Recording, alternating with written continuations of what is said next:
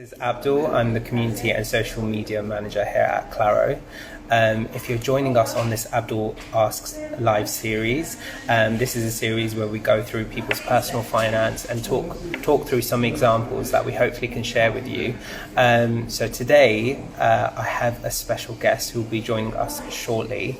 But if you're new to Clare, Clare is a digital financial coach and community that is working towards providing people the tools and skills so that they can make better, smarter financial decisions.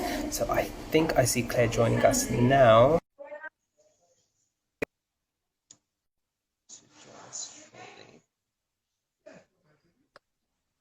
Hi.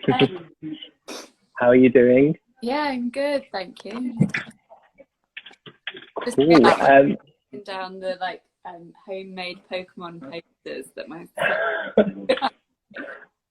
I've loved, anything to keep us entertained right now. I think I'm here for it. Yeah, I have a close-up view of one. They're quite something.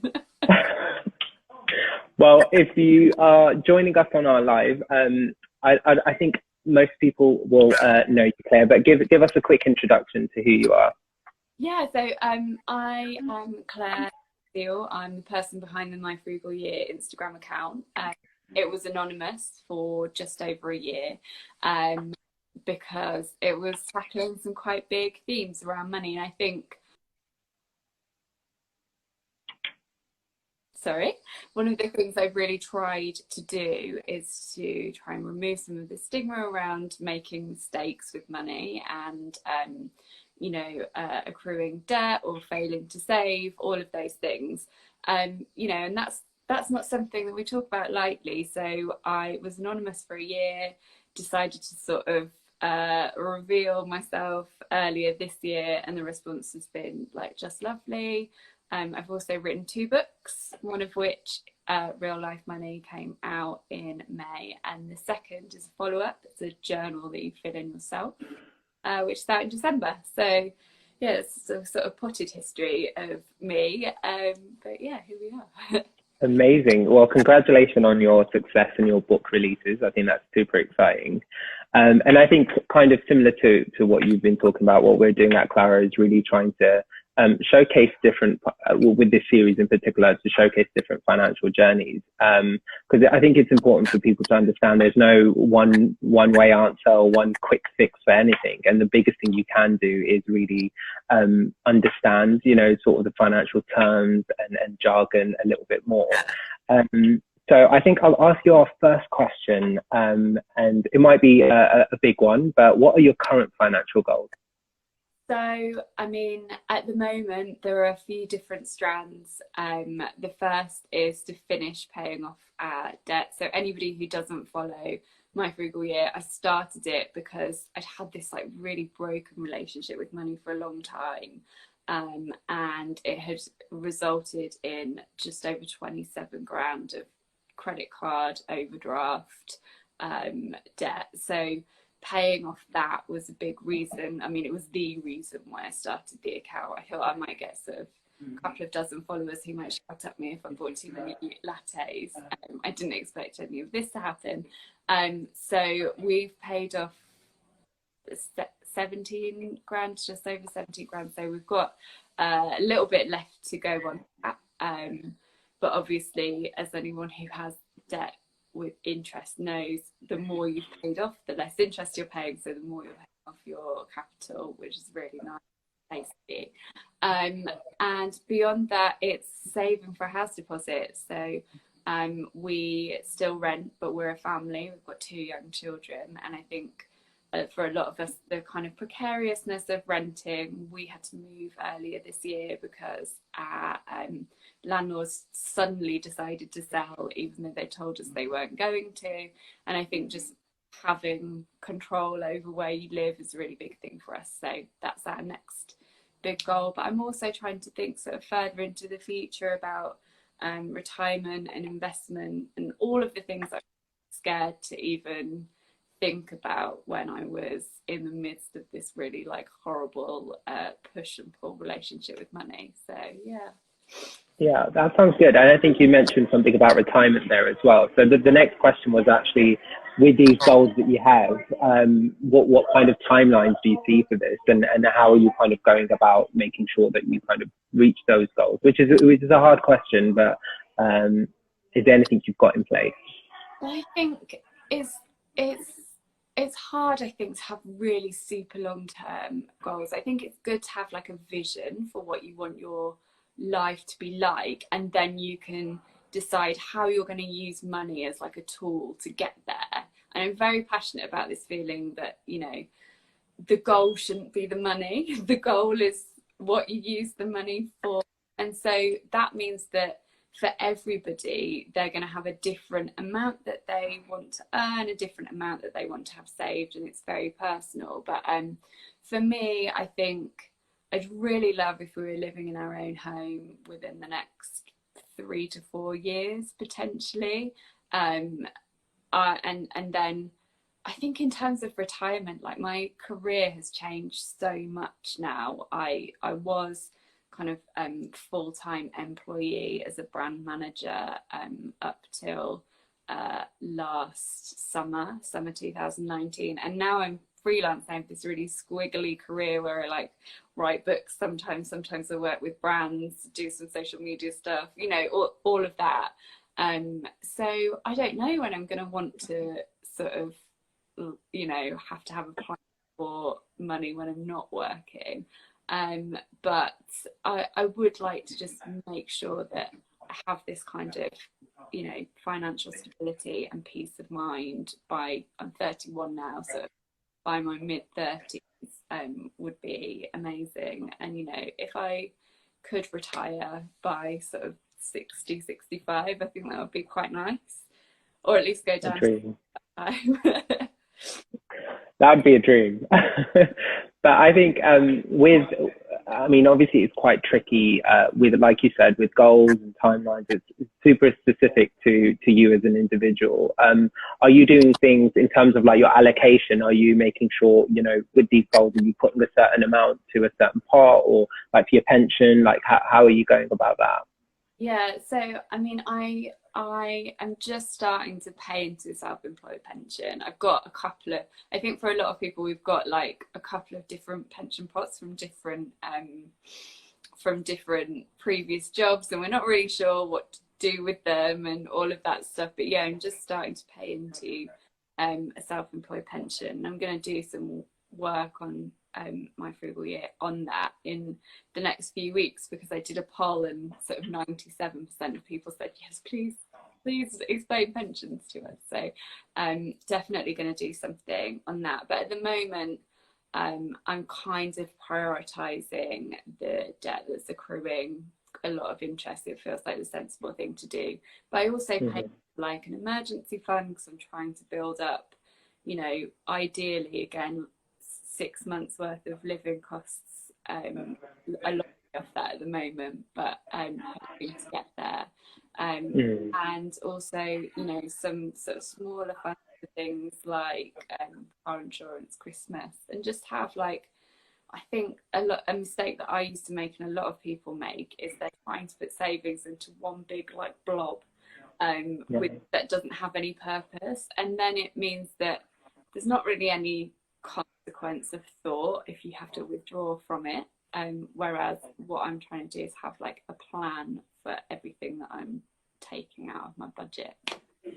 No, I think that's good. I think emergency funds has been something that's come up quite a lot on these series, and something I've personally actively done. Just listening to people and seeing kind of like that's what they've been doing and how it's helped. And like you said, sometimes you have a saving pot and you're like, well, I'm saving, not sure what the goals are, not sure what, you know, what it's for, but actually it's there and I can dip into it. Yeah. So, I mean, you know, emergency funds isn't for everyone. It's not something that everyone has to do, but it is an option for you to kind of have something with the current circumstances that are going on. Now would be a great time to have something that would be ready there for you. But yeah, I've actively done that myself. So I think it's great that you're talking about it also. But when you are deciding to save and invest into any sort of investment, what are sort of the key things that you think about when you're deciding to invest in certain products? So, I mean, I'm very much like a beginner investor, and at the moment, I'm just sort of having a look at the functionality on the savings app that I use. So, kind of seeing what the returns on different funds are and just having a bit of fun with it. But over the next sort of year, I think as we have a bit more disposable income to invest, and we're starting to think more about the long term rather than the short term of kind of pay off debt, save house deposit, then, you know, I'm definitely going to be looking into that. And I think there's so much great content on Instagram even about, you know, investing for beginners, and the fact that investing isn't, you know, I really had this attitude until very recently that investing was only for rich people and financial advisors are only for rich people, and it just is not the case. So yeah, I think I'm just at the stage of like dipping my toe in the water at the moment. Yeah, I had the same actual opinion, I think, before I joined with Claro, kind of thinking investment is for rich people. If you don't have the funds, like, it makes sense, you know, you're not investing in anything. But I think, you know, as I've learned myself going along, and through kind of feedback from our influencers, there's a lot you can do to make sure that you're in a better position, no matter where you are, in terms of if you've got a lot of money, if you don't have much money, there are things you can actively do to make sure that you're in a better position financially. I was going to ask, with risk and sort of potential return, is that something that is key in your decision making? Yeah, I think that for me, I kind of have gone for like lower risk like bundles at the moment, just because I still am not sure if I'm gonna have to access that money like at reasonably short notice. And I think, you know, once I get a bit more comfortable and a bit more kind of on a level playing field, that I'll be able to take a bit more risk. But it is really interesting seeing how I think, you know, seeing how kind of events, global events affect, you know, how sort of prosperous different funds are, is quite fascinating. But yeah, at the moment for me, it's kind of lower risk, lower reward. And as we start to look for more like long-term stuff, I think we'll start to go a bit riskier and with sort of a bit sort of higher reward. Yeah, we actually do a risk quiz. So if anyone's interested, you can find the link in our bio. So it's at Claro_money. But I actually was in the same wavelength thinking, oh, I think I am quite a risky person prior to COVID. And that's completely like my whole mindset has completely changed over, you know, with what's happening in the economy and globally. So I think also people have an idea of thinking, if I have a low risk like tolerance, that I don't have products available to me, or if I have a super high you know, risk score, then I should go and do certain bigger kind of things. So I think that there are always options. So it's not necessarily a bad thing if you have, like, you don't want to take many, you know, much risk. There's still products available. So if anyone's interested, there is a good link. I just learned a lot myself doing it, so I think it's a useful tool. So at Claro, we are really focused on kind of more of the ethical side of investment and the impact your decisions make kind of globally and within a company. Do you have any certain values that you take into consideration while investing or thinking about certain products? Yeah, I mean, that's definitely a priority for me. I think, you know, there's no point in, I'm quite conscious with my purchasing decisions from a financial perspective, but also from a, you know, sort of thinking about climate change and human rights and all of that stuff. And it's something I've become like more and more aware of over the last couple of years. So there's no point in me doing all of that and then investing in something that cancels that out and more. And I think it's something that really needs a bit of a light shone on it, because I think actually you know, for instance, with some investment providers, like you might go for their green fund, but if you look at who it's funding Boohoo, who are not green in terms of the environment or in terms of human rights, as we've seen on the news. So I think having that transparency and that visibility and enabling people to make an informed decision on where their money's going is really, really key.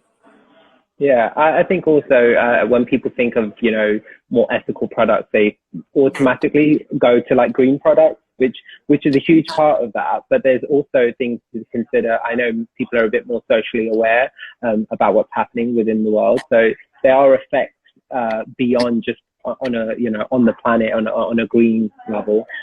You know, there's certain things that you need to look at within a company's team, their ethos, you know, where they're kind of really being involved in. So I think it's beyond sort of just the ethical, the, you know, the social and governance side of things. So I think you make a fair point. Yeah, it's really important to kind of look into these businesses a little bit more and just consider actually you may be one person, but you are creating an impact. But before we leave, and thank you for joining us today, I would love to know what your like top money saving win or tip would be for our audience.